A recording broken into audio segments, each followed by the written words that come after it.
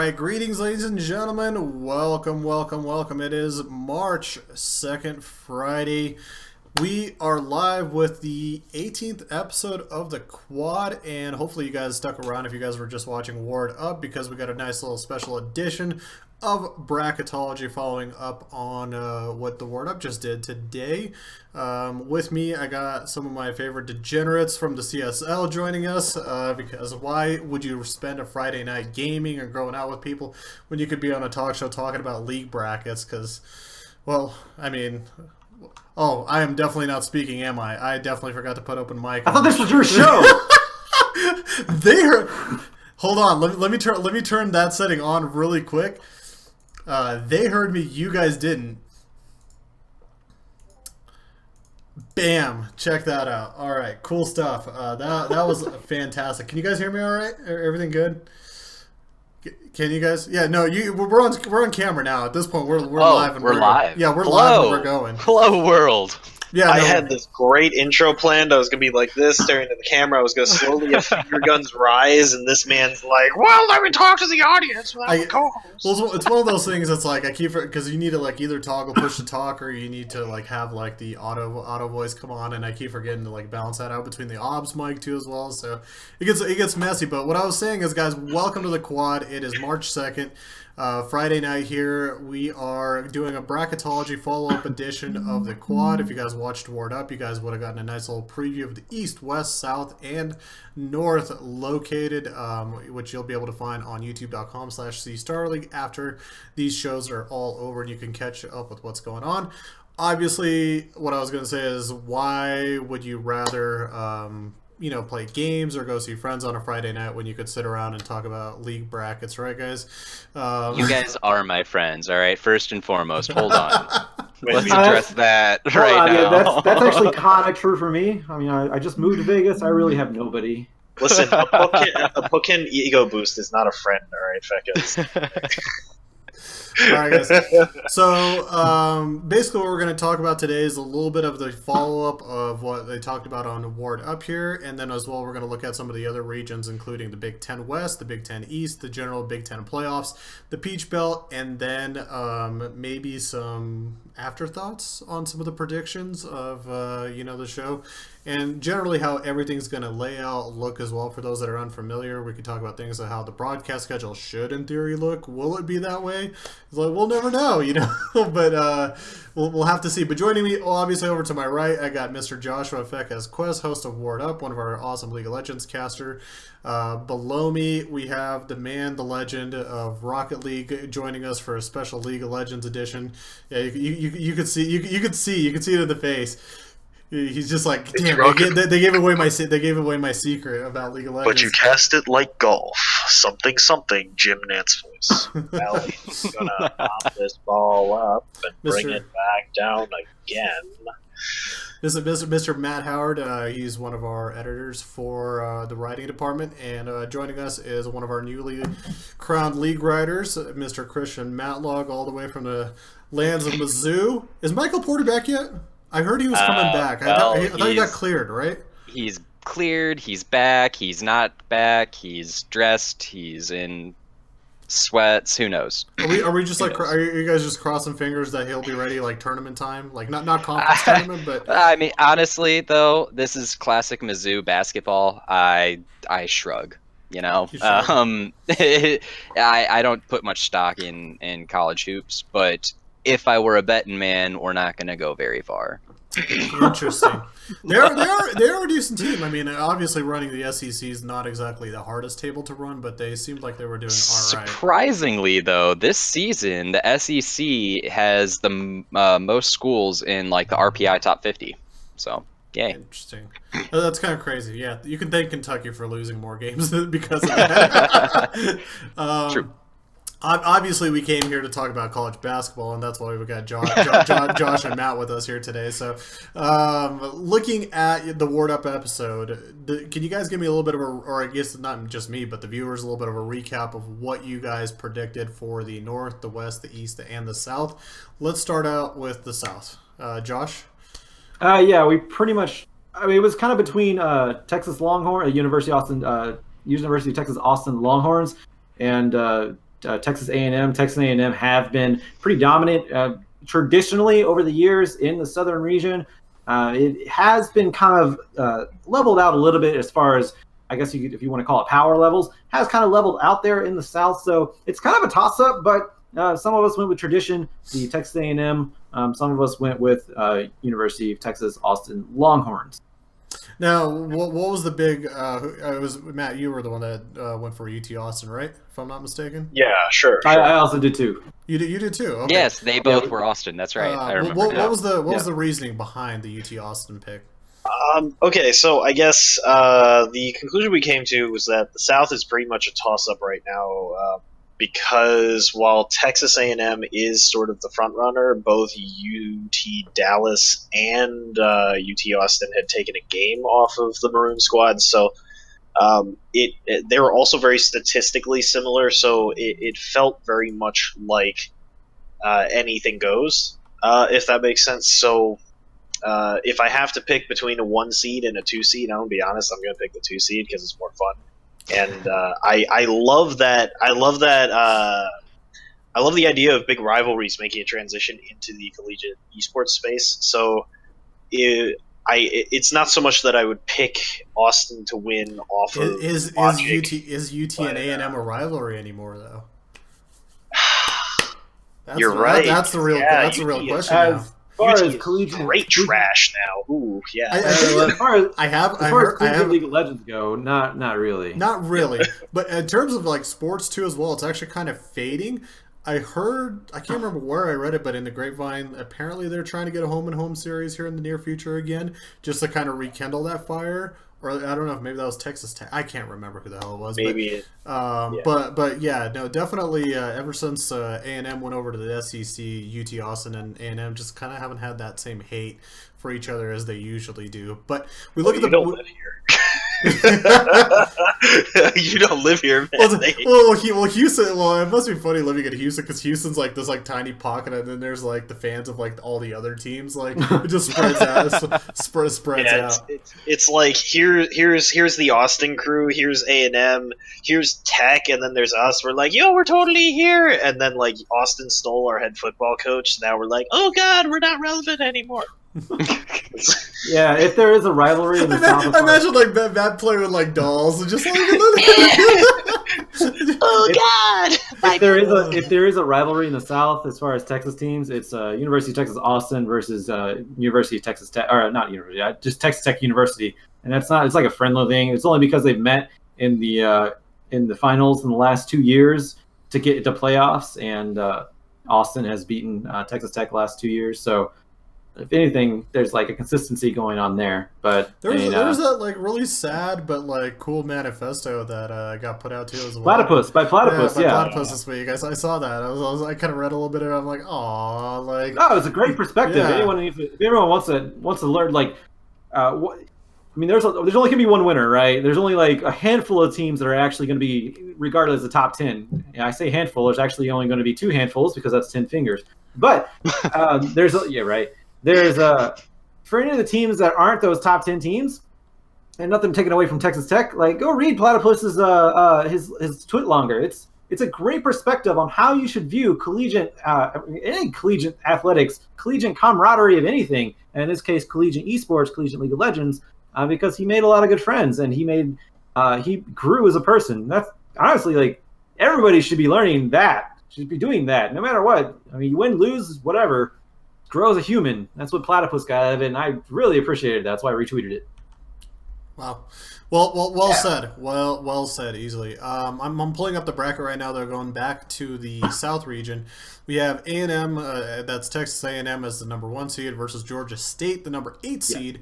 We got the second match, North Carolina State versus George Mason, the number 5 seed. That is the official Stream Dodge match of the week. Don't even want to talk about it. Hashtag Stream Dodgers. Just get angry.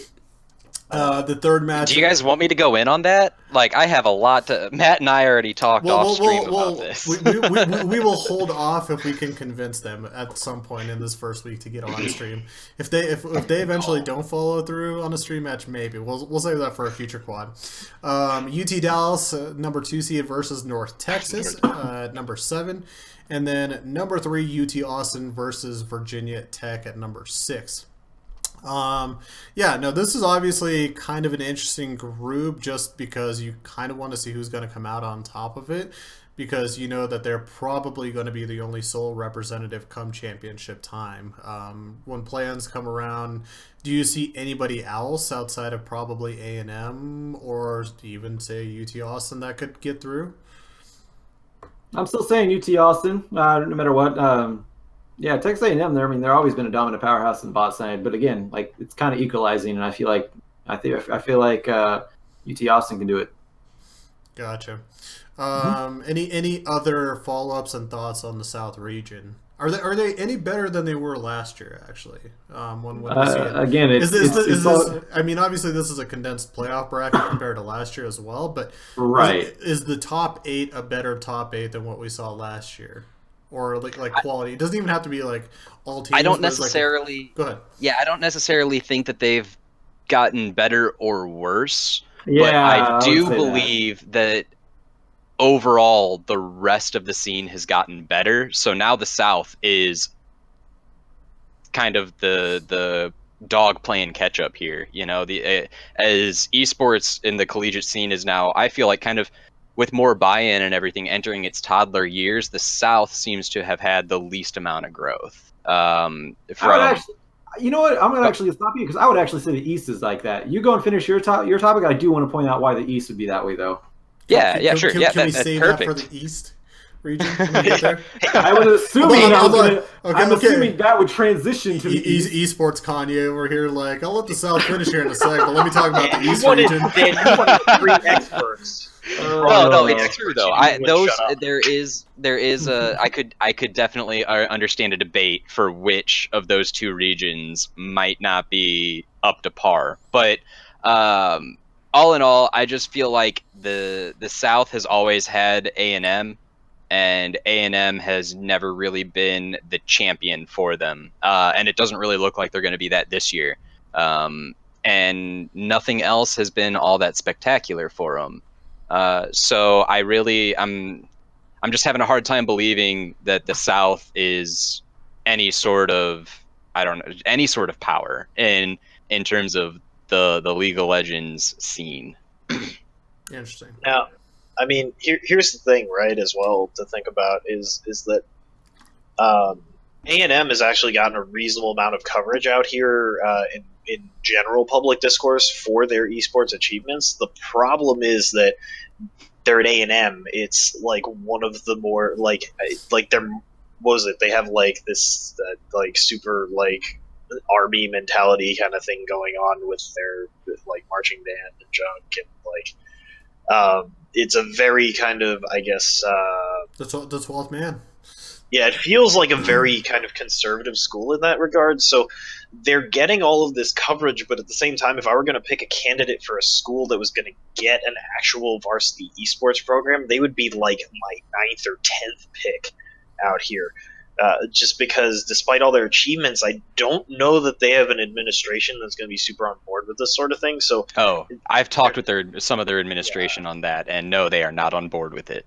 Yeah, so they're just caught in this weird place where it's like, yeah, we're really good, you know, in the South, but like we're just kind of screwed because our administration doesn't care. And part of that comes from the fact that, right, like, you got a lot of South teams coming out of Texas. It's football country. Football's everything. Nobody cares about other stuff. It's also kind of very socially conservative, which means sort of the whole gaming thing faces a bit of an uphill battle out here. And so it's really tough for the South to catch up. I would qualify both of your arguments about the East and South here insofar as, like, I agree with Christian that the South is not moving. Like, they haven't really decayed, but they're not really moving. Whereas the East is actually kind of, I think, taken a step back this year. Yeah, that's my point with the East, is that they've taken a step because University of Toronto, like, all that power is just gone, and that was the power. But yeah, again, you look at but where they're. you're looking at causes though in correlation of why that happened. I feel like the South has just kept what they kind of have, I guess, if I'm understanding, I guess your guys' point, and followed it up this year. There hasn't been really any, program improvements. There haven't been many roster improvements or changes. It's very similar to what we saw last year. A big reason, and again, we'll fuck it. We'll just go to the East next because we're we're right there. Yeah, we're really pushing on that do topic. I'll pull up these brackets here. I think it's because of a lot of roster losses. But Right. but the roster losses came because top talented players got picked up by upper teams. And that's why I say the East is ahead of the South in that. They have a legacy of fostering professional talent, and then not just that, but connecting them further. Now I know it's not every school in the East, but further, like you look at other teams, other like Midwest schools or North region schools that are popping up this season. We've got Lords, which is further east. Trine, further east. And they're both above the Missouri line. So if we're questioned to be why are we in SEC, then certainly they're towards the North region rather than being in the South is really what I'm trying to get at. But it's just like the eastern just side of the state or side of the country just seems like they're much more willing to like dive into this. Whereas I don't know if the West is more looking at at a more professional thing, but all in all, I think college is really just growing, and the South just isn't. Let me just say though that I think that the thing we have to box with right now is a sort of long-term versus short-term look at the East, because I think long-term the East is in a better place than the South, because I think what's happening now is you're starting to get that first really big, really cemented East Coast program potentially starting up out at Harrisburg, which I think has huge implications moving forward. That's being run by Chad Smeltz, who's also known as history teacher, big, former pro scene coach and general manager. He's directing their program. Is that the guy that I have to like daily warn to quit posting in our broadcast channel? I don't know if you guys saw it. Wait, really? That doesn't seem like him. I don't know who it was. There's like somebody who's just like, yo, we're streaming scrims and our recruitment stream, and I'm just like, yo, we got a streams channel, and he puts it like right over our broadcast. Like I'm like, move that crap out of the way. I don't know, man. I don't think that's that doesn't sound like. I don't think so. Yeah, he's a little more conscientious than that, I think, but. I will say that I think long term the outlook on the East is good, because once you get that first school to really commit, and boy, I tell you, has Harrisburg committed. They've already got like a kind of a big like broadcast arena type space to hold tournaments in and stuff over at the Whitaker Center and stuff. So they're really mobilized as a university and as a community already. And once that first domino falls, all the other schools that are on the fence kind of look at that and say, "Oh crap, we're gonna miss out on recruits and stuff." And so it all starts kind of coming together from there. And the South is just stuck screwed with like football and basketball, refusing to do anything else. So yeah, I think long term we've definitely got a better look for the East, but I definitely think right now I'm honestly willing to say that the South is comparable, if not better, than the East right now in this year's bracket. Yeah, I don't know, man. Like the East, I don't. The thing is with the East is like overall, I feel like the teams.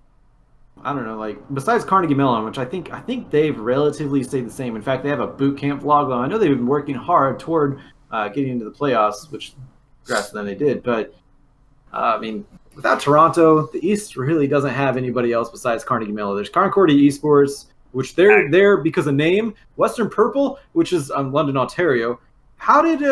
Where were they last year? Because they weren't here. They weren't number 1 seed. I know that was University of Toronto. I don't think they were number 2. I don't remember London, Ontario even being a factor last year. And that makes me wonder what either A, they're doing right, or B, there's just less competition in the East, which is why I still say South is probably stronger, because there's just simply more competition among the Texas schools all around, not to mention you have Georgia in there as well.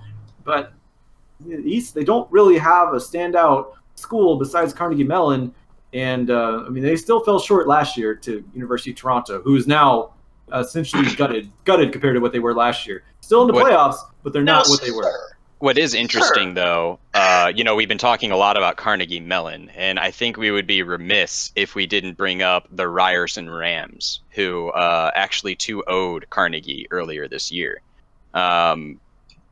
That's all I got to say on that. You guys are all boosted. Why aren't we talking about Ottawa? Ottawa had this, okay, so we were citing this data in Ward Up, right, from 2 weeks ago. Bro, Ottawa had the second best objective differential. Entire tournament. No, Ottawa's my pick. Talking about Ottawa right now. That's so true.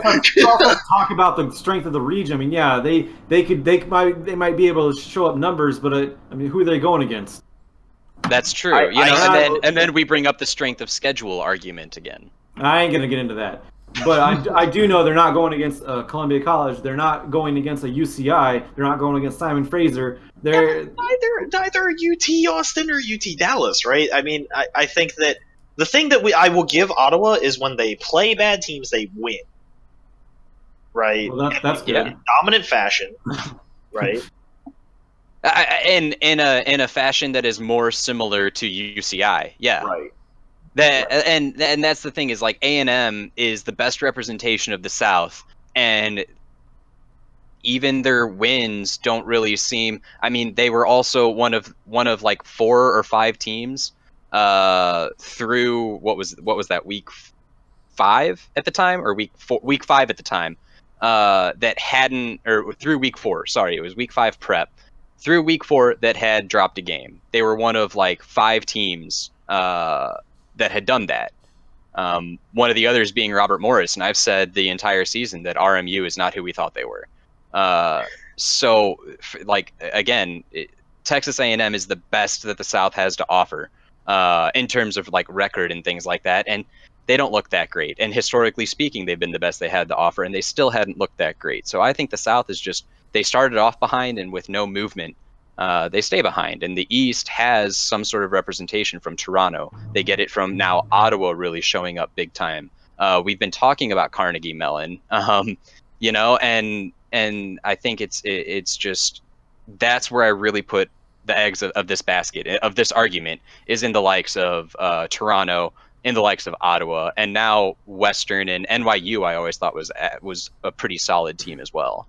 And I do want to point out, I don't really know anything about Ottawa besides the stats that have been presented. Haven't actually seen anything like that. Those are things you don't admit. I'm still standing by what I say. I still think the East. Even I know that Harry Sixpack is a challenger player. Like, come on. Hold on. Let's bring a little bit of structure, like the tiny bit of structure that we do have for this type of show. There are 9 teams that are in on the East, just because of the enormous size of numbers. Every 6-0 and 5-1 team made it through, and because of their numbers that they had playing in their region, they have to have that extra team bump in to make it technically a 16-team bracket. But more so or less, there's just a play-in game to go see who plays Western, who's the number 1 seed. That play-in game is Horizon, aka SUNY Hunter College. For those that are not familiar, that is actually in Manhattan, New York. I had to look that up myself. I wasn't sure. Concordia is their opponent. I would trust that Concordia can handle the match. I would imagine. I would trust in Ganks. We trust that he could lead that team to victory. The dude was speaking of two esports athletes. We were talking about Chody earlier, but in Ganks, he actually just a couple weeks ago played for the Dota 2 team. Played pretty well too. Played for the Dota 2 team and played pretty well. I was impressed. He's been around for a while now. I was like cheering him on in like a weird like League of Legends-esque type of way. I'm like, you can do it. While you're watching, yeah. But you see the number 4 seed Toronto taking on the number 5 seed New York, the number 2 seed Ottawa taking on the number 1 seed Carnegie Mellon, the number 3 seed Ryerson taking on number 6 seed Waterloo. So overall, the matchups, though, are pretty good. I mean, once we get past the initial playing game, all the matchups are actually pretty decent and should be all fun quarterfinal games to watch. Yeah, I'm excited to see what Western University does to whoever they have to play. Yeah, me too. Because again, I'm like, don't remember Who them last are year. these guys? I'm gonna pull a Drake and ask who, because Who? I want to know more about them. I'm glad that they're here. Don't get me wrong. we- There's a power vacuum needs to be filled. Yeah, we've talked a lot of smack about them, and again, yeah, let's not count out Toronto. I think it's admirable what they've managed to do, because after losing Right. as much as they lost and still coming in as a 4 seed, that's pretty significant. And so they definitely shouldn't be kind of put aside. I guess moving forward here, and yeah, I think Western is the number 1 seed with the most to prove. Honestly, when you're kind of coming out of nowhere, and there's not a lot of buzz, and like statistically you're kind of near the bottom of the undefeateds, and it's one of those things where you kind of have to show that you deserve to be there. So we'll see what they can do. Yeah. What was the consensus on picks for the East? Ottawa. No, there were none. I don't think. Really, I picked Ottawa straight up, but I actually don't remember who I picked. Oh yeah, no, I definitely chose Ottawa as well. I probably would have picked Ottawa or Carnegie Mellon, just because I know Carnegie Mellon and I know like their mid laner is pretty awesome, but I know that doesn't always carry games. yeah. I like the little comment in chat too as well. Who's that? Zari Kalimar. Unpopular opinion: UNT wins the South. Prove me wrong. We've got probably 6 reasons within your own region that could prove you probably wrong. Yeah. So it's kind of funny. But looking at it, do we want to move on over to the West? Yeah. Let's move on to the West. The West is more exciting, in my opinion. Well, I say more exciting as in more familiar, because the East is still very exciting because I have no idea who the hell's going to win. I like that sort of thing. The West, though, a lot more familiar names, and we all picked Simon Fraser, Dan, if you remember, because they absolutely destroyed. Fraser, right? I said Fraser. Fraser Crane, right? Like laser, except without the L. It's an F R. You know what's Fraser. By the way, that's a great show. That It's- like for a classic old comedy, it's pretty good. That's a great show. I got bored with the color scheme. It's like always brown. Yeah, I never liked Fraser. Yeah. It's a name that just sounds brown to me. That's Yeah, how. you can credit all these think- critics. But, I like the critic was good. The critic was funny.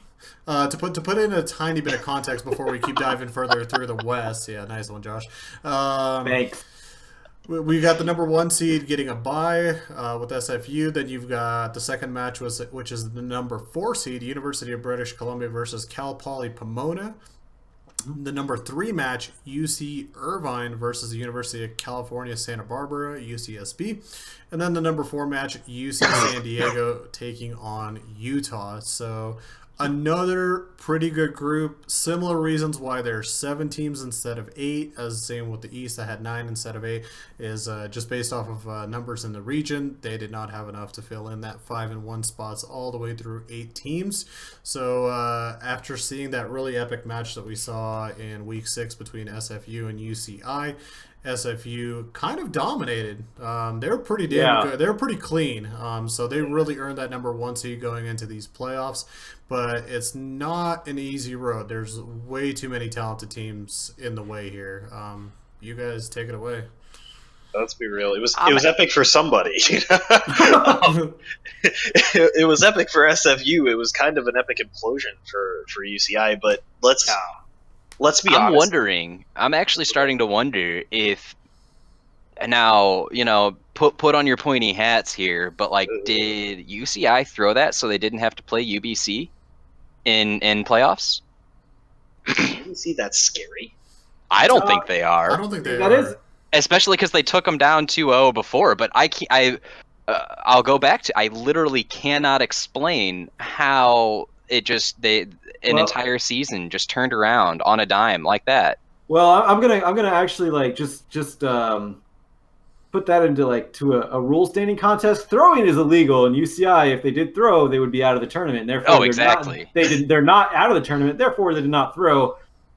I don't think they did. I think they just had. I think they legit just had some issues. Simon Fraser, they're a lot more well-oriented, cohesive team. They just caught him off guard and really picked out the weaknesses of UCI, and that was Young Bin. And I'm not saying Young Bin is weak, but he is a transitional player to jungle. Yeah, and you brought up that as well, with SFU just being a very cohesive team. They have this preparation, they have that mentality to sit down and I can't speak to what their regimen is, but I would imagine they have film days and things like that, and the way that they conduct themselves in those days of preparation. Episode 2. You missed a good preparation H joke for like they prepare. We missed they the got great preparation H joke. They're really tight. Like, but I did not miss the opportunity to plug episode 2 of Ward Up. You can go check that out on our YouTube at youtube.com/user/C-Star-League because not Raider user. You just go to youtube.com/C-Star-League. Yo, that's what you put in the document, bruh. That's what I read. it's just youtube.com/C-Star-League. Internal strife. Simon Fraser's coach is on that episode too, though. Go check it out because he doesn't go over the. I'm going to. Yeah, we're gonna finish up here, and it's gonna be on while I'm hunting some monsters. He doesn't go strictly into their like preparation and everything, but he does go into what kind of environment as a coach he establishes for his team, and they're all pretty good friends. And he's even gone on record saying once that team graduates, he's probably not going to coach anymore, which is sad. They're going to be losing a lot of talent in Simon Fraser, but it's hopefully they get some people to replace them. It's going to be hard to replace the team they have now because the team they have now just 2-0'd UCI last weekend. That's big. Let's take a moment to sit down and just acknowledge what happened. First of all, Christian, you said I don't have a word to explain what happened to UCI. I do. It's tilt.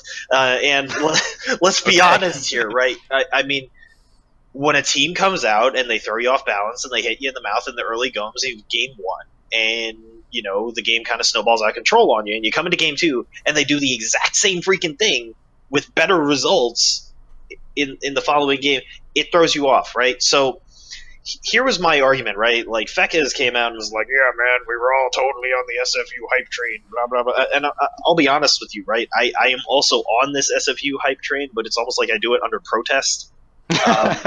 Because if we're being honest, your way, man. I feel like, despite the fact that SFU seems like the clear favorite here, I think that the most agency in this entire group, the team with the most power over how this region plays out, is UCI. If they come back from this loss to SFU and they say, okay, well, we have things to fix, let's fix them and go out there and kick ass and take names, they're going to come out and kick ass and take names, right? Like, you've got former LCS talent there. It's not like they're lacking, and it's not like they're a mentally weak team necessarily. So I think they got punched in the face and they stand back up. It's also possible that they get punched in the face and they say, man, this isn't as easy as I wanted it to be, and they fold like lawn chairs, and that's that. But I think that depending on what they decide they want to do and how much they want to grow, the landscape of the West changes dramatically as a result. So yeah, do not sleep on it. Yeah, I actually forgot that you did pick you're still going with UCI. Sorry about that. I didn't mean to come out and say everybody would pick SFU. It wasn't my pick necessarily. It was more like I was like, I mean, I pick SFU, but I'm not willing to sleep on UCI yet. Right? Yeah. That's kind of how I am in the North. We'll get to that in a moment, though. Is there any outside shot of UBC sneaks in there? No. Is UCS? Could UCSD even play in this as well? It's going to be rough for them. UCI alone, I mean, it was obviously a big shock that they lost. But throwing Simon Fraser, they're on both sides of the bracket. They're going to get eliminated. It's going to be SFU versus UCI more than likely in the end. Gotcha. I'm willing to put the Matlock guarantee on it right now and just say it's SFU UCI. And the big reason about that, I think, is it could a big, like, maybe not a big part, but a part of it has to be burnout. UBC is going to be, they have to play a best of 5 with CLoL Pauley before they move on to SFU, and then they got to do a best of 5 against SFU.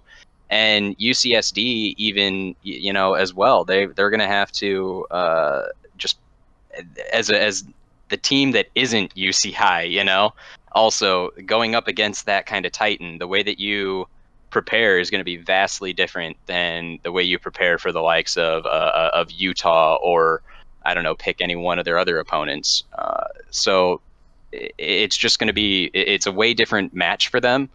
And then you add on the stakes of playoffs, just everything, the weight of the match itself. Whereas UCI, they've been there, they've been a part of this. They've been doing it for a while. I think that the rest of them are just kind of, I could see foresee it kind of them just folding from the pressure. Gotcha. So we at least should expect to see a SFU UCI region finals, right? From what More I likely. think so. More likely. Not willing to 100% commit to Matlock actual guarantee. winner.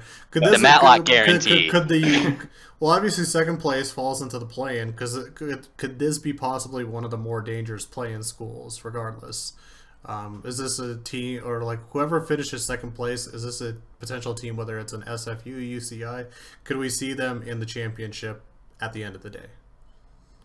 Most the grand definitely. final? Yeah, I'm pretty sure I Yeah. can take this if you As a spot, you're talking about a spot in the final, a spot at the table in the final dance is what The you're talking post, about. yeah, the Yeah, post-playoff shit, first yeah. place automatically goes to the final. Goes into the championship, second right? Second place falls into the play-in after the playoffs, and so they'll have an opportunity to obviously face the other second place finishers in the East, South, North, and West, and then on top of that, all the first and second place finishers in the Peach Belt and Big Ten as well. So here's the thing. I'm just gonna say because the play-in is gonna bring in some of the other conferences we did get to talk about and Ward Up. I would almost say let's talk about the North, and then we can talk about sort of Big Ten and Peach Belt. Talk about that play-in then because Okay. I feel like otherwise what's going to happen is like somehow the North is going to get lost in the wash here if we go into this now. Oh no! I was going to follow up on Christian's comment about burnout and talk about the Drake Porter conference of Drake Porter coming in. Who? Who? And so flipping it over to the actual bracket itself, we've got the first match, number 1 Columbia College, no doubt, playing number 8 Cincinnati, number 4 Lords playing Bellevue, number 5, number 2 Manitoba playing number 7 K-State, number 2 Maryville playing against Miami, Ohio, or of Ohio, or just every time I see that Miami, I just put parentheses OH in my head, and I wish I could like transfer it to the screen and because generally when people think of Miami, where the hell do people think Miami? Unless you're like esports or like college sports, you don't like understand like you default to Miami. Florida. Yeah. Whereas if you're in this realm, you default to which one? Yeah, and the funny thing is, Miami doesn't really have any esports teams of any sort anywhere. Not StarCraft, not Dota, not CS:GO.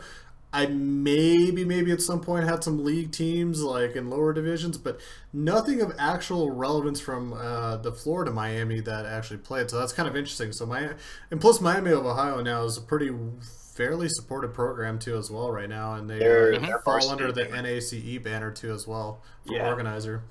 They went scholarship last year, or heading into this season. Yeah, nice. Yeah. All right. I love seeing it grow, and the North is big for it. Yeah, well, the Midwest in general, which basically means the North now. Yeah. How much bigger? How much bigger is this region compared to the West? Obviously, you want to go shot for shot. Columbia College, SFU. You got Lords. You got UBC. Manitoba. Is that hopping in to say like a UCI? Maybe not. Probably more Maryville. But Maryville would definitely be UCI. But you got Maryville too as well down there, and if you match it up with the UC San Diego, maybe that's more of a Manitoba, particularly. But going shot for shot outside of even say let's remove SFU and let's remove Columbia College. Are these two regions pretty damn even now? I would say. I know we've hyped it up all the way up until here, but I want to play a little bit of devil's advocate. The thing is, University of Manitoba, they're undefeated, right? I believe that's who we talked about before, right? They're undefeated, but they're like unproven against big teams. They're pseudo undefeated, I would say. Yeah. Well, right. Especially because one of their wins. Now it was their week 1 win, which could play out to be their weakest competition, but their week 1 win was also a forfeit. Yeah. And I think that's the biggest mark for me is that they won one of their matches by forfeit. At the same time, though, a lot of those week 1 matches were such absurd like mismatches. Right. For the first 2 to even for some teams 3 weeks, the matchups were very, very poor. It wasn't until they got into week 4, 5, and 6 where they actually were matched Where it up was against fun. more relevance and Yeah, the second half of the season was wild. which is not a bad thing because technically that's kind of and you can thank the Swiss format for that too. Yeah, I mean that's kind of how you want it. You want a nice little kind of semi out of conference or kind of work up schedule, and then you work your way up, kind of up to the main meet. Some programs want that. Some. I would agree with you there. I want that because it's more competitive and it's just entertaining for me. All right. Right. As a consumer, I think the Swiss format worked out splendidly. Yeah. So after watching Columbia College basically speed run the Swiss group, are they going to probably do the same here in the playoffs? You've got speedrun. I don't think may not necessarily be the right thing. They did have a pretty easy 2-0, but even the Drake Porter mentioned in the post game that he was like the win wasn't as definitive as he would like, and I think that Lords is only going to get better in the second matchup. So I don't think that the speed run tag is necessarily correct, but yeah, they're gonna walk their way into the championship bracket. Yeah, see, I also agree that we're not looking at a speed run here because if we follow like the ideal scenario here based on what we know about these teams, we're probably I think Manitoba is the weakest 2 seed in the entire tournament, so they probably are going to drop somewhere in here. I think Maryville makes a run, and I think CC makes a run. So CC probably has to play against Lourdes, who they've already played, and Maryville, who they've already. Where's RMU? Are they not in the playoffs? Columbia College. We'll talk about the Tebow Cup later. Border curse. But no, yeah. So CC has to play against Lourdes and Maryville in this idealized situation in order to move on directly into that finals bracket. And I think that again, like, I recognize that the CC Lourdes matchup was closer than it looked, and I think the CC Maryville matchup was a little bit more tilted than it looked. A lot will depend on whether or not Maryville gets back Prototype. As Fekkas had mentioned in Ward Up, that's a little bit in the air right now. But if Proto comes back, they shift. Without Proto, though, they could probably survive at least against Miami of Ohio, right? I think they can make. I would say so. Yeah, I think they can make the number 2 seed that way, or the number 2 spot that way, and get their way into the play-in. Here's the thing. I think that Maryville has a great shot at being the second team out of this group, and I think they have a great shot then to get out of the play-in. And if they manage to do that, even if they haven't beaten CC up to that point, when you've got 2 full series against that team, you've got a lot of time to plan and scout. You've got a lot of film to watch on that team now, and it makes for a much better matchup down the line. So I'm really not quite willing to write off Maryville, but it's also like this. Well, don't get banned, guys. Like, right. Off. Like, don't get That's banned. big. And I mean, it's a big deal for them too. I think that not having Proto was a big detriment for them. Whenever we're talking about Evan RL being the best AD carry in collegiate, not having your starting AD carry to kind of keep that star player in check, that's tough. But you still look at what they did, and was, despite losing their Nexus in game 1, they won in kills 18-17 based on better team fights in the late game. And I think that's what Maryville is going to have to work toward, is really getting anyone into that team fight scenario so they can let their mechanics really shine. And they actually did make quite a few catches in game number 2. It's just they weren't able to really push the agenda and capitalize on them. And if you give, so far from what we've seen, if we give Columbia College enough time, then they're going to push their agenda and absolutely dominate you, not let you have a chance. So that is something that I was shocked to see, because, I mean, again, they got destroyed in game number 1, and then in Maryville, they did make, like I said, some good catches. Looked like they had some early game life in them on that game number 2, but they just didn't capitalize. And I hope they, if anything, just work on the macro in general, because they could have really used those catches to help them establish dominance over the map, and it just didn't happen. Here's an interesting question for you guys, for those that have been paying attention to the JV1 season. Where does Columbia College's B team fall into this playoff? Oh, Hollywood's the coach for them. I would suspect that they're actually pretty good too, right? Where would they be seated right now if they were in this North playoff? Where would the B team be? Like compared In the to like, North playoff, Yeah. yeah, I could see them being in number 7. yeah. I would say number 7. I haven't seen the Miami Redhawks or Kansas State yet, but seen Bellevue I haven't seen either, but I've But seen everyone else, and yeah. Um, also, Yeah. Manitoba probably would have been handed a loss if you want to throw in another team. Do you Yeah. think, honestly, after watching K-State play, I don't know if Manitoba's going to survive this first round. Yeah, they will. Don't worry about it. I'm not 100% sold on. I'm not 100% sold on it. I know what K-State's about. I know you.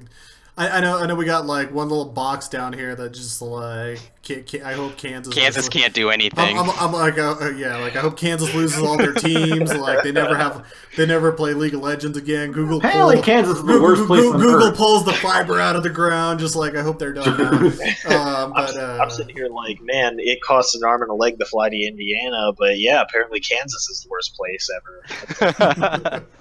Right. So, from what I'm getting is Columbia College is going to win. Maryville is going to be the play-in, but it's going to be probably a play-in that will end up going through to the championship. Is that kind of the gist that we're trying to build up? That's my thought on it. Maryville's roster is absolutely incredible. They've been there before. They've done it. So the veteran, the leadership, and the drive, the motivation, and all that. They're a complete team. They're just as complete as Columbia College, but Columbia College might have more skilled players. That's really what it comes down to. But in terms of like top to bottom, just structure, how the team operates, who the chemistry that they all have, it is a tight knit group over there, and it's really really awesome just to see the culmination and these two teams being so close to my home. Maryville is quite literally a 15-minute drive for me, and Columbia College, obviously, I lived in Columbia for 6 years, so I have a lot of really big ties to these two, and it's awesome to see that these are the two schools that are just really propelling collegiate League of Legends. It just, yeah, like, geez, just stay on the freaking field, guys. Like, holy moly, it galls me that I have to talk about like Prototype the same way you'd talk about like. I mean, kind of a different situation because it was injuries, but like a Bob Sanders, if for the football fans out there, right? Who in there when he's on the field is a really good player who helps you do a lot of things. When he's not out there, it's an issue, right? And he has to find a way to get back on the Rift and stay on the Rift if Maryville. Aaron Rodgers, for those not living in like the 1980s. Bob Sanders was the 2000s. That's how I get. Just leave. Yeah. Yeah, Josh, you've been kind of quiet though. You have any thoughts, man? Oh yeah, I mean, I truly do feel like if Maryville can get their roster situated properly and their mindset in the game the way it was last year, they can definitely take it to a game number 5 in the finals. But I do agree, no matter what, it is going to be Columbia College versus Maryville University. One of those two are going to go to the championship. One of them is going to go to the play-ins, no matter what. Honestly, I do slightly give the edge to Columbia College only because there is slight turmoil right now in Maryville University. But if Maryville University can get their head straight and their positions proper, I really feel like it's going to be anybody's game in that one. But that would be something we have to see. But regardless, yeah, my pick are those two are definitely going to go no matter what. Gotcha. All right, guys, let's get over onto the Big Ten. Hey! Yeah, we'll move out from kind of some of the main portions of the tournament. So, looking at it, we got the Big Ten, which is, again, for those that are unfamiliar, 14 teams split into 2 halves of a region, the West, the East, and then the top 4 from each side end up going to playoffs. They are currently about to play their 7th week of games before they actually head into the actual playoffs. And so we're going to start off with the West right now. We're going to transition over to you guys to let you guys check it out at the moment. University of Iowa taking a victory over Purdue. We still have Illinois versus Northwestern and Nebraska versus Wisconsin. In the standings themselves, Illinois pretty much, I think, automatically locked in. Iowa is locked in. And technically, could there be any way where Wisconsin plays their way in here? Could we have a we could have a three-way tie, couldn't we, if Yeah, Wisconsin wins? if Wisconsin wins, yeah, because Purdue already lost, so they're already set at 4-3. So if Wisconsin get to 4-3, then yeah, there totally can be. Interesting. What a big loss for Purdue. They could have actually locked in a spot right now. And welcome back, Josh. I have no idea what happened there. I'm just like my like production and like a heart attack like came in. I'm just like cameras are moving. No, that was my first thought too, dude. I'm like, oh no, Dan. It's okay. We actually had we had the standings up anyways, but looking like we'll have to kind of keep tabs on it. But the 4 teams are going to be moving on for sure: is Illinois, Iowa, and then some form of mix of Minnesota, Purdue, and maybe Wisconsin. If Wisconsin does end up losing the game, then it will be the 4 that we currently see in the standings. And don't sleep on Northwestern either. They're also a 3-win team in there. So you have potential.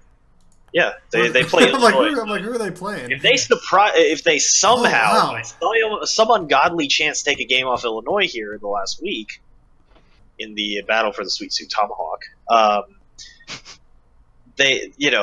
mean, you got a 4-way tie in the Big Ten West, and it's pure memes. I don't think that's going to happen, though. Illinois is really strong, and I actually used to coach at Illinois College, and a lot of my recruits that I was looking at being within kind of a similar area as Illinois, they were going to the Illinois program, and so it's really cool to see just kind of the same networks that we were tapped into, and you know that Illinois as a Big Ten, a Power 5 kind of school, was getting this kind of talent, and now they will have that opportunity to showcase that. But I think Illinois again is another school that just has a tremendous amount of talent despite being in that Big Ten, and I don't foresee that match being lost, putting that 4-way tie in. So I don't know. You guys tell me. I definitely agree with you. University of Illinois, they're 6-0 for a reason. They've been around for quite a while. I believe that was I'm pretty sure Illinois. That's actually the roster from Urbana-Champaign, which has always had a very strong showing in collegiate. And they transferred that over to last year. I don't think they did. They probably didn't do as well as they wanted to this year. They're having a lot better year, which obviously they worked on some things, and they're 6-0. Yeah, I don't feel like Northwestern's gonna win that. No. Yeah, but here's the thing, right? So the thing to keep in mind is that this is really kind of a renewal year, I think, for the Big Ten, because let's be honest. Exactly. I mean, last year in interleague play, they were kind of a laughingstock, honestly. I mean, like, Illinois made it into the wild card tournament to get into the national championship dance, and their whole roster just like disintegrated. They just quit, right? Like, they eliminated themselves after making their way through the Big Ten bracket. And this year they're back. They've got a refreshed roster, right? They're stealing the recruits from Illinois College, and they're back in a big way. And the Big Ten East is a similar story. Actually, I don't know if we want to transition anywhere near that right now, but it's also kind of a similar story with Ohio State. They were like 2-3 last season in Big Ten play or something, and now they're undefeated. So I feel like the Big Ten is trying to make a statement to themselves. So it's really going to be interesting to see how that play goes this season. Actually, it is kind of remarkable how similar those two tables look: the Big Ten West versus the Big Ten East. I don't know if it's by design that they're going to look like that, but it's crazy that it's like the same distribution of 1 6-win, 1 5-win, 2 4-wins, 2 3-wins, and 1 1-win. I don't know. That just popped out to me. Ultimate meme dream team, extreme team, actually. But yeah, it's really close. That's insane. Yeah. I feel bad for the University of Michigan, because they were real contenders for a while in the collegiate scene, who just couldn't quite finish, and now it looks like they're kind of looking a little mediocre here. But, yeah, they're teetering. That's for sure. I mean, but yeah, I think the really cool thing is seeing the University of Illinois shampoo banana, and the Ohio State University kind of making moves here. The Ohio State Yeah, University. for those that are looking, perfect time for transition too as well. Missed that webcam disconnect too as well. I'm 2 for 2, baby. I'm hot tonight. Everything looks fine. Stream doesn't know what's going on. He can do no wrong. For those that are looking on stream, the matchups again for this weekend are Maryland versus Penn State, Indiana versus who's the ultimate? That's Rutgers, right? Yeah, that's Rutgers. Indiana versus Rutgers. How could you forget? Sorry, I'm just like Jesus. Michigan State has a bye. Ohio State versus actual Michigan, and so right now, for those that are looking at the standings, Ohio State sitting in number 1, locked in for playoffs. Michigan State is as well. Maryland and Michigan are the leading front runners at the current moment, and the only team that could hop in the mix is Penn State if they win this weekend, and if Michigan loses, and yeah, pretty much, yeah. If Penn State beats Maryland, they'll be tied with Maryland, and if Michigan loses as well. And Michigan has a tough Ohio State. Honestly, man, none of this really matters. So, like, we talk about like Coach Drake and all that, and like how Columbia College is going to be great. I'm getting messaged that Maryville is actually better than Columbia. It doesn't really matter because OSU is undefeated, and they are going into the championship, and they're going to win and hold up that trophy and win the entire tournament. So it doesn't really matter. Ohio State University are probably the best team in the world. In fact, these players could probably just go play on the basketball team as the 5-man squad that they are, and that's all the members they need. And they can just find whoever subs they need just to fill in the rules. I know there's like a certain amount of people you have to have on your team. And they can probably win the NBA, well, not the NBA championship. They'll probably win that too. And see, Fekas thinks he's having like this like epic like 15-second of fame moment on cam right now. Actually, what I'm doing is pulling up Ohio State's diamond roster as he speaks about them winning everything. It's okay. They don't. Wait, hold on. Dare to defy. They got one master. They got one master. So. The thing is they don't need ranks to tell them they're great. Exactly. They have themselves. Hold on. I want to talk about they don't need a rank to tell them that they're great. They also don't need seeding to tell them that they're great. So they can take that onto Twitter and talk about that. Ohio State University are probably just going to win everything. Let's face it. So Feka is actually, I know you're memeing about them and everything. I am slightly. If you check out our ridiculously too early bold predictions article, there was a certain that's true good-looking League of Legends editor who picked a certain Big Ten school as his wild card. I actually posted about it. I posted about it in 4 different pictures. You could see it. It's your part of that. It's that part of the article zoomed into the part where it says Fekaz meme, and then it's Thomas the Tank Engine with a frowny face. Real talk though, really quick before we like head down this like endless route of memes. Illinois matches up really well with them. In theory, Iowa as well matches up decently with a team like Ohio State. I'm popping back over to double check on Michigan State themselves. You can say they're second at 5-2 right now. 5-2 as well as Iowa. And Michigan State too as well.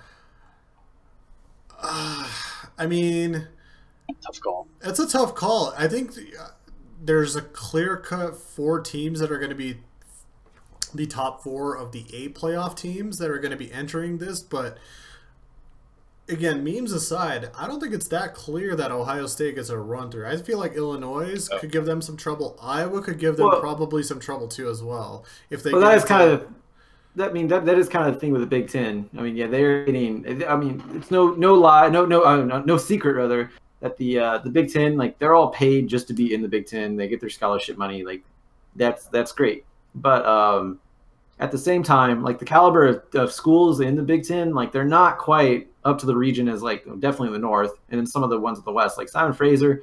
I mean, probably run all over everybody in the Big Ten. Let's face it. Like, without memeing, like, I do love Ohio State University. Obviously, you can go look at my banner at Fekaz, twitter.com/Fekaz.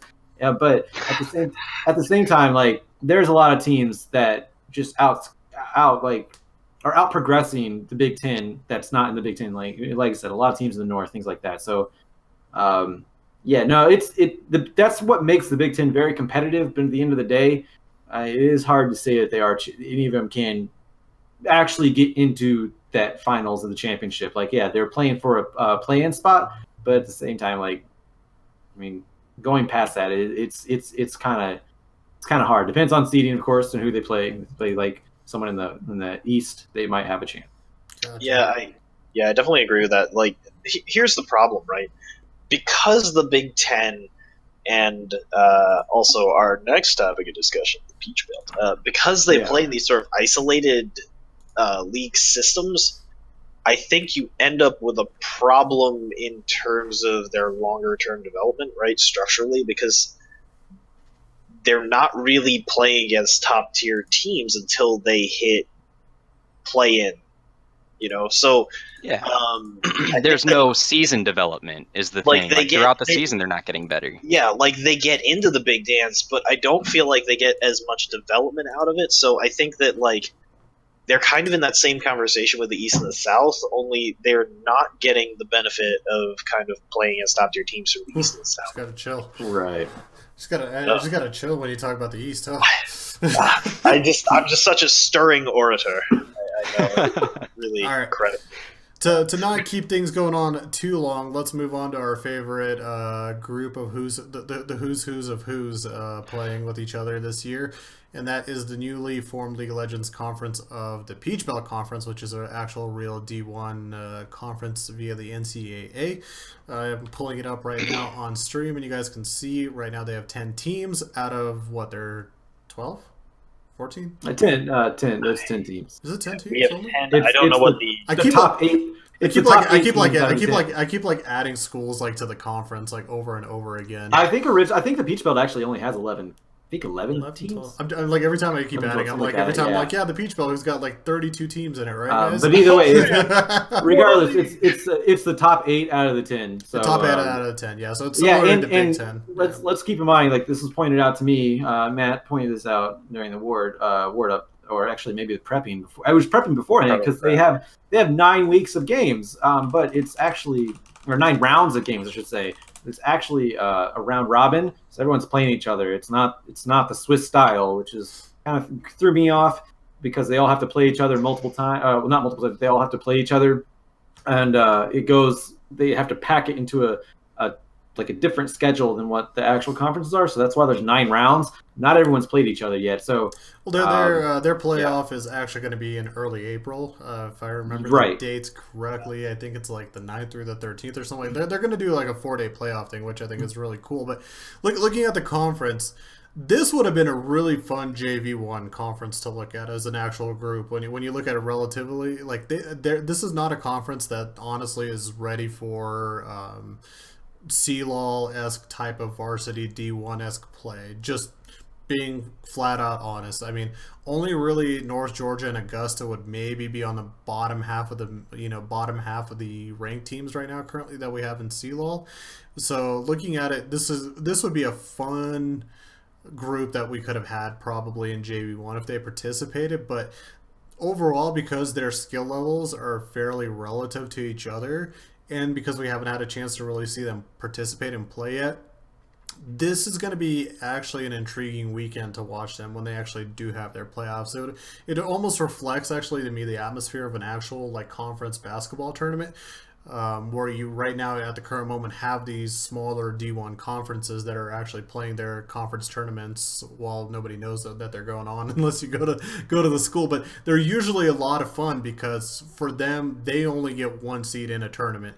Of who goes through. They don't get the at-large bids. They don't have ranked teams, so it means a lot to them, and it's a lot of do or die. So obviously this is kind of a tournament that we'll have to keep an eye on, but there's still a lot of mystery that shrouds it, I feel like. Outside of the fact that they probably won't match up too well with some of the teams that we see.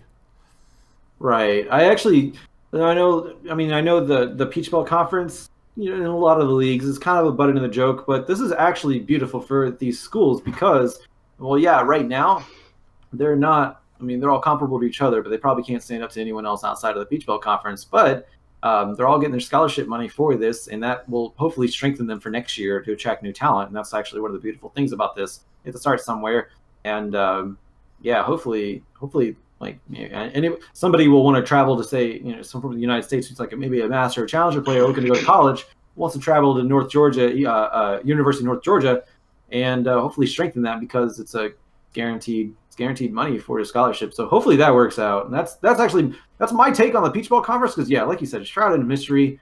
They all kind of are comparable, but at the same time, like, we truly don't know. We haven't seen any of them. We won't until play in.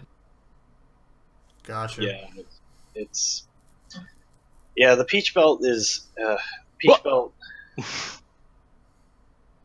I guess I wish them the best. I want to see them on a bigger stage where they can get some exposure.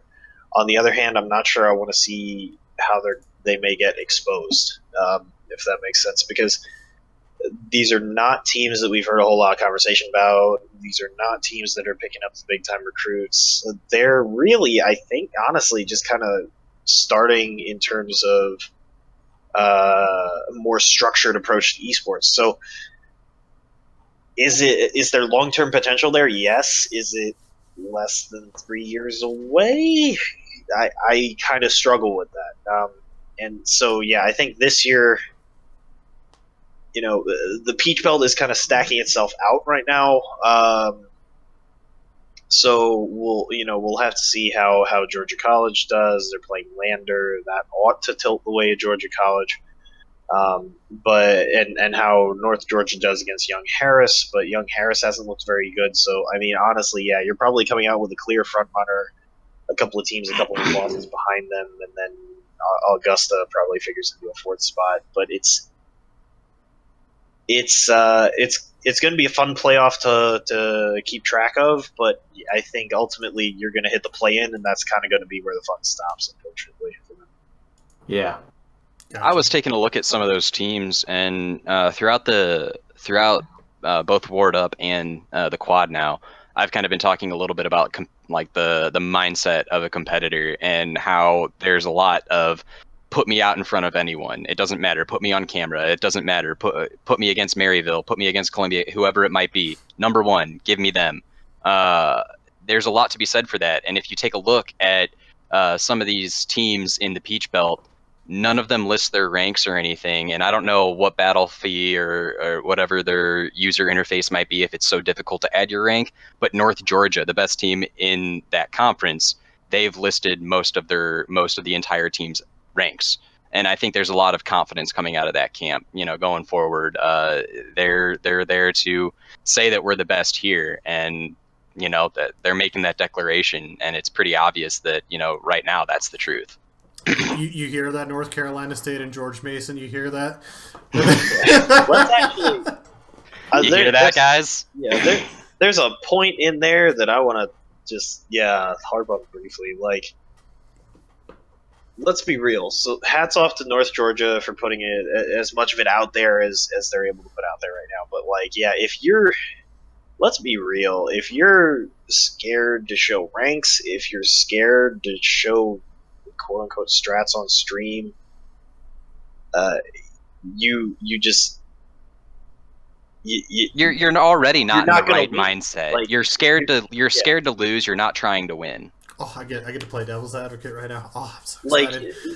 But Matt, what if 2 other matches get streamed and we're one of them, but 2 other matches don't get streamed? Did they get an advantage over us? No, because you're going to be a better team regardless. Is my thing. If you're going to win, you're going to go out there and win, and if you're going to lose, you're going to go out there, you're going to try, and you're still going to lose. The teams the teams that are going to expose you are the teams that would expose you anyway, right? Like, these are all series, right? So when you play game 1 of that series, they're going to have an idea of what you're doing regardless. So, I mean, here's the thing. I do recognize that there's a concern about competitive advantage that doesn't necessarily exist in traditional sports because, generally, all of the games are filmed, right? And there is a concern there. And I think it has some legitimacy to it. On the flip side, the general payback number, right? If you're in that position, you're not going to win the championship. So the general payback of getting visibility and being on stream in the first place is probably a lot greater than what you would lose in whatever maybe the 2 spots you move up from hiding your strats for a round, and it's just like really just crappy attitude, and just honestly like you're not being sporting, and you just kind But of look wait, cowardly. but wait. Looking at it, what if you make it to the regional finals game, and you say, yeah, then you end up losing. But if you're able to hide your way all the way up to the regional final, you find yourself into the play-ins. Is that worth enough of a? No, I don't think so. And the reason I say that is because the team that is going to make the finals of their region isn't scared to be on camera. The teams that are the ones that really have to fight their way there, that have this uphill battle going for them. That honestly, the way that I phrased it to Matt, before I knew any names, before I knew any school that did it, who cares? You're going to lose next round anyway. That's exactly what I said to Matt, and I don't want to call out any school and say like, oh, I don't think you can win ever. That's not what I'm trying to say here. I'm just saying like if you're scared to come out and like if you're not a proud competitor, then what are you doing? Yeah, I mean the top two teams that we've chosen from each region, I don't think have any reservation about being broadcasted whatsoever. I know Columbia College doesn't, Maryville doesn't, UCI, from my understanding, they don't either. Yeah, Simon Fraser, I mean, no, none of them. I mean, the South maybe, but I don't know. I don't. As far as the personalities go, I don't know the South very well. So, with that being said, though, it would still be a far shot. Like if you're sure you're going to win, and the top two teams, I think going in, most of them know who they are. They're not really going to shy away from camera. In fact, they want attention brought to their school because that's better than their 1 week off of camera. Gotcha. To get off of a little bit of a less serious of a topic, Going to the Timo Cup now. About to. About to. So we've covered the North, the South, the East, the West, the Peach Belt, the Big Ten. Now, keep in mind, again, the Peach Belt does still have a couple more weeks to play, and they have an April playoff. Big Ten, last weekend of play coming here, and then they play, I think, somewhere in the middle or late March. I can't remember my own information that I give to you guys anymore. But they got their playoff. Both of those playoff tournaments will be streamed on their specific conference Twitch channels. So whatever, I can't remember the URL for the Big Ten Twitch, that's where they're going to show that. And the Peach Belt as well has their own Twitch channel, and they will be streaming it on there as well. So just kind of keep an eye out for the links. Obviously, if you guys follow us on C Star League or CLoL, or anybody from Fekez to Matt Howard or Christian, we'll be probably posting about it and retweeting it because we'll be as curious as you guys to watch some of these games and how it plays out. But we have got to get to the best and most fun tournament ever in the history of League of Legends, and that is called the Timo Cup, ladies and gentlemen. And those are for people that just thought, playing against Columbia College in March doesn't sound like a fun idea, so we're gonna go to we're gonna go to 4-2, and we're gonna join a really fun tournament, and that is called the Timo Cup. So pretty much anybody that did not technically qualify for a playoff spot could register. It wasn't an automatic entry, but they could register for this cup. And what ended up happening is 3 brackets got created for this tournament. It's a pretty sizable actually amount of teams that are going to be playing in this, but largest tournament this season. It is, and looking at bracket 1 right now, it's kind of fun looking at it. RIT got the number 1 seed. You have Harvard, Rochester, Cornell, Florida Southern, Indiana Tech already beating the Northern Legends. You have Baruch, Indiana, Southern New Hampshire, I'm guessing. I think that's them. Full Sail, and other teams such as Victoria. You have Treen, Drake. You see Berkeley Berkeley's in here. Yeah. Interesting little kind of group right here. Down the line, I would assume it's probably going to be a UC Berkeley saying hello to maybe Villanova or RIT down at the very end, right? I don't think Baruch looks like an okay team, but I don't think they're going to be playing Yeah. against like an Berkeley has been a traditional strong team. Like just as far as I mean, Yeah. there's a lot of teams from California. Berkeley's always been one of them that's been talked about throughout the years. Yeah, we've got a lot of kind of storied teams from collegiate esports history in this tournament. The question is, I guess first of all, how seriously are people going to take it, and you know what then comes of that, right? We may see some pure madness, like an AD who may take a game somewhere or something, you know. Well, all these kids' champs are unlocked. I guarantee they better take it like at least serious enough to keep their all their champs unlocked for the timing of the season. Oh yeah. For those who don't know, anybody that played in CLoL this year actually got all their champs unlocked. So that was a cool little perk of signing up this year. Moving on to the second bracket, there's Texas Tech. You have Missouri State and St. Clair. You've got, I think that's Youngstown So did State. RMU end up signing up for the Teemo Cup? We will actually find out. As this is actually my first time looking through this whole bracket. Okay. Yeah. We'll look through it together. Central Michigan. You've got North Carolina. Let's see. What is UTM? Who is UTM Raptors? Why do people not put their actual team name? Damn it! In this thing. University of Texas Memphis. Tennessee Memphis. Texas Memphis. Yeah, there we go. Texas Memphis. Tennessee's great. Texas, Tennessee, they're the same state to me. The one that we've actually seen quite a bit of this year so far in our broadcast has been Southwest Baptist. They're the second seed. They could actually probably do pretty well. There's also Missouri Baptist and Illinois. Their side of the bracket for some reason seems like hella hard, and the UConn. That's kind of actually a tough bracket to go through just generally. Yeah. For the relative level of all these teams. Southwest Baptist is pretty strong though. Like I almost always put scholarship teams above non-scholarship teams, just because that just seems to be how the world is shaping up in collegiate League of Legends, collegiate esports in general. Interesting. Yeah, and Southwest Baptist also has a lot of resources at their disposal.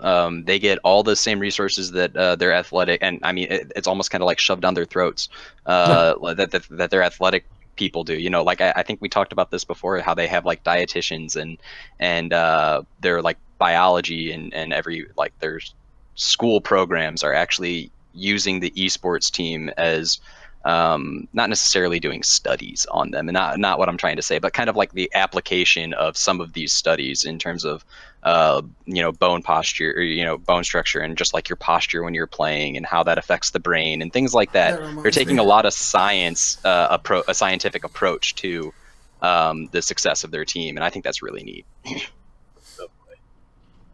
Looking at all these, actually, I'm looking through all these rosters. I'm like, why are there no ranks? Apparently, they're just like all hidden, or nobody put them in for the tournament. So it's hard to tell. But I wonder if they have to like re-register or anything for the Teemo Cup. I'd almost say that's possible. Yeah, I think that's possible. Then, nobody's gonna. I don't think anybody in the Teemo Cup is gonna care enough to put their ranks back. And exactly. I think that's because like if the main roster did lose, they want to go into the Teemo Cup and say like the mid laners like, I'm not in this for the Teemo Cups. They can just peace out, and that way they can re-register with a new roster. I think that's why. Yeah, that makes sense. The way I look at it too as well, you've got JV1 teams that are technically knocked out.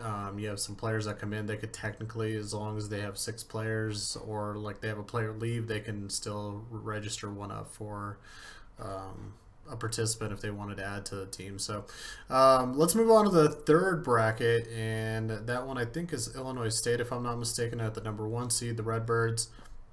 You've got UC Santa Cruz, Illinois College. You have Florida Blue Vinny, which is DePaul, RPI, North Dakota State, Case Western Reserve, actually the number 2 seed in this group. Very interesting. Oregon State, Idaho, UC Davis. No, you kind of giggle about that, but actually Case Western Reserve, I haven't paid attention much to them this season, but generally they don't perform well in any game that they really participate in. I don't want to like crap on them, but like CSGO, Dota 2, League, like StarCraft 2, like the history does not favor them in terms of results. But you've got UT Rio Grande Valley, UC Davis, Grand Canyon, LSU at the number 3 seed, Arizona Air Force, MIZ. Here it comes. MIZ. ZOU, baby, let's go. Coming in at this, what was that, the 6th seed? The 6th seed. Yeah. Then William and Mary down there at the 11th seed. This is a pretty nice group as well. The bottom half of this bracket is pretty stacked as well. Huh. Interesting. This could be a fun little group. I'm excited for the Timo Cup. In all honesty, you know, we're gonna. Where's Mississippi State? Where's George? They did.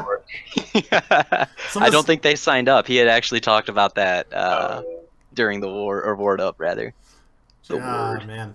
No RMU, at least at the current moment, unless they like somehow sneaked and changed their name to a different team that we couldn't recognize. So they're not going to be participating in it. I don't blame them, actually, to an extent. It's like, I mean, it's like imagine Columbia College like signing up for the Timo Cup. It's like, well, you know, we're doing it for formalities, so it's like, yeah, it's not really a thing. Actually, I'm pretty certain now. I get to like have the "I told you so." I can't remember if it was on Ward Up or the quad when I was first on there, but I said that RMU wouldn't make playoffs. And I think you're right. I think you're right. Yep. Lo and behold, RMU not in the play. Interesting. In this group, who do we see going pretty far? Obviously, Mizzou, LSU could do a nice little push.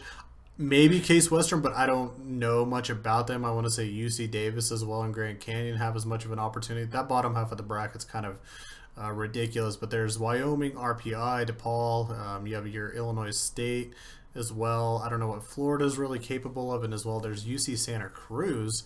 The Banana Slugs, you kind of have to watch out for any of those Cali schools. Let's go. So overall, I mean, I think this is going to be really fun for the players that are participating in it. It gives them a little bit of extra time to play. So it's like, again, you want to participate, but at the same time, it's like 6 weeks and then you're done out of the year. So it's like, at least this gives like a little bit of an extra tournament. It gives them something a little bit extra to play in and participate in for those that didn't end up making the playoffs. So props to them.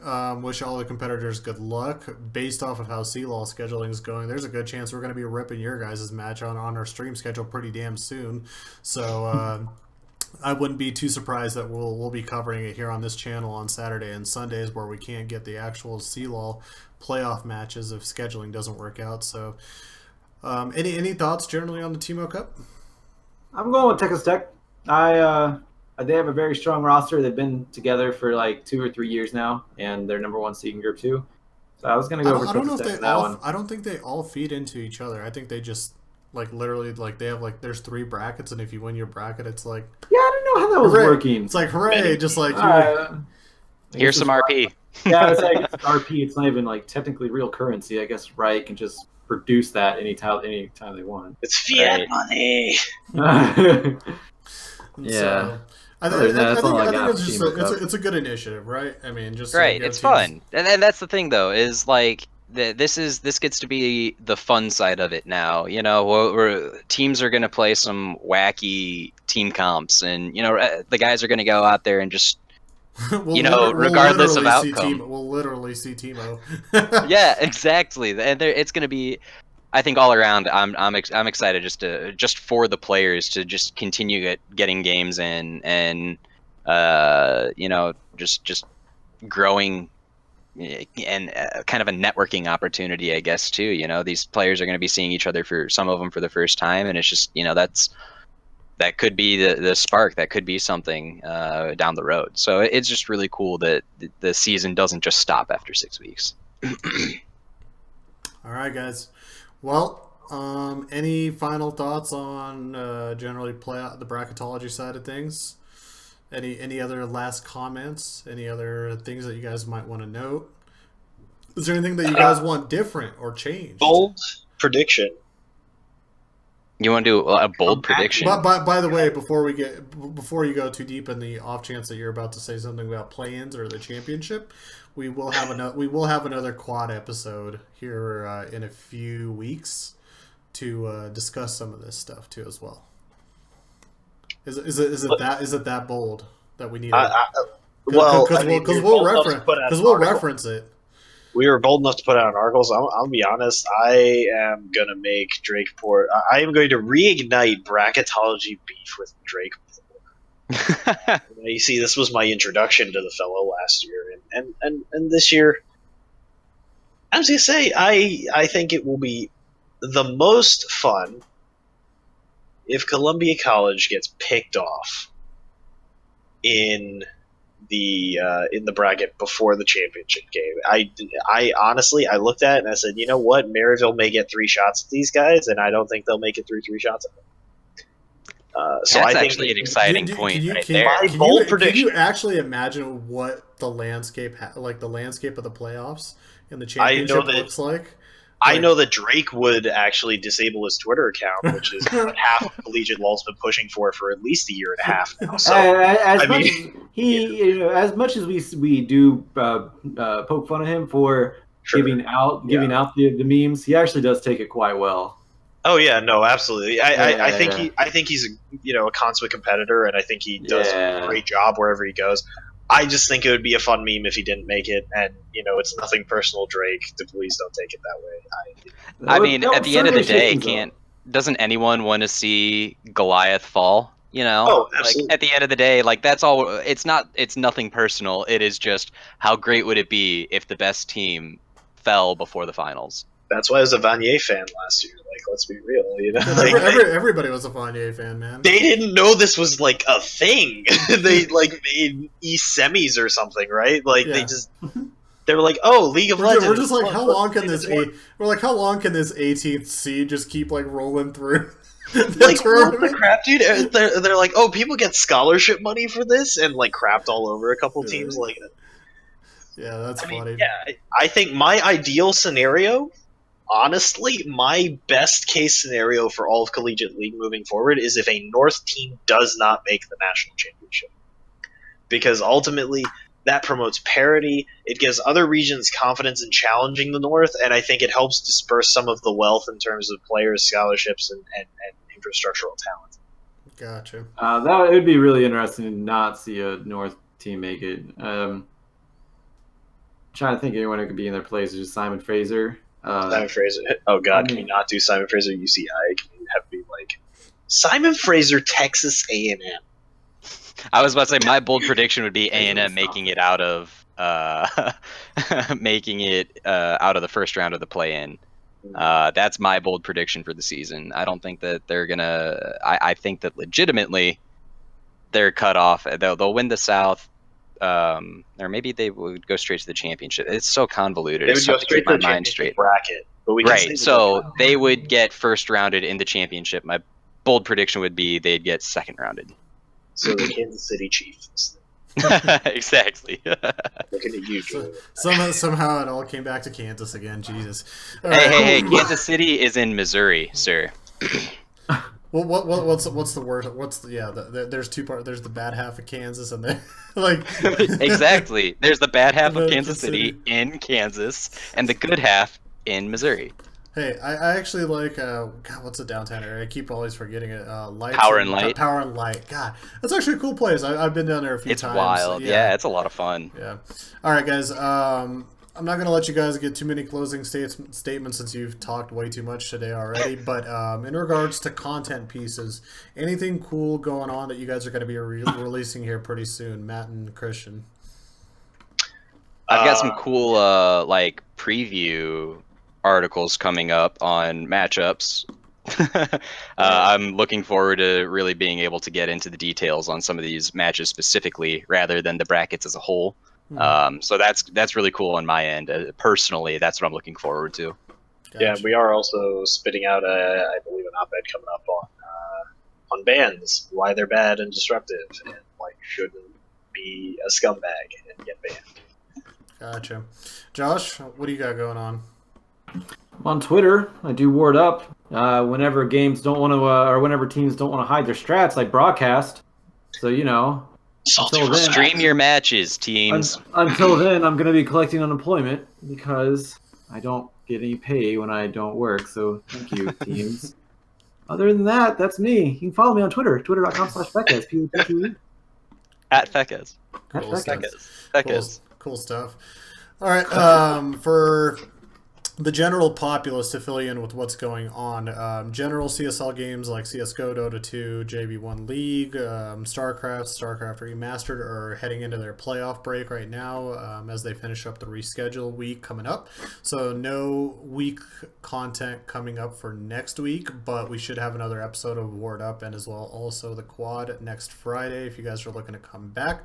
This weekend, we don't have actually a set schedule for the CLoL matches, so within the next 20, actually probably within the next 12 hours, just keep tabs on the CSL LOL Twitter or the C-Star League Twitter to keep an eye with what's going on. We will obviously try to fill in our 4 typical slots at 12 p.m. Pacific and 4 p.m. Pacific on Saturday and Sunday with some matches for you guys to watch, so give the channel a follow and come on back. As for the rest of the league, you guys will just continually have to keep tabs and track things coming up on the weekends, and then as well, we'll have another hopefully quad episode that, and the Ward Up obviously will weekly remind you of what's going on, but stuff like Peach Belt, Big Ten playoffs, maybe even a tournament such as Midwest Campus Clash. We're kind of keeping a little bit hush-hush about that, but it hasn't been officially announced just yet, but from what I heard, it should be a fun tournament coming up in April. But yeah, guys, thank you for tuning in. Thank you for joining us. Always a pleasure to have you guys on. Matt, Josh, Christian, it was fun as always. Can't wait to do this in a few weeks, hopefully again.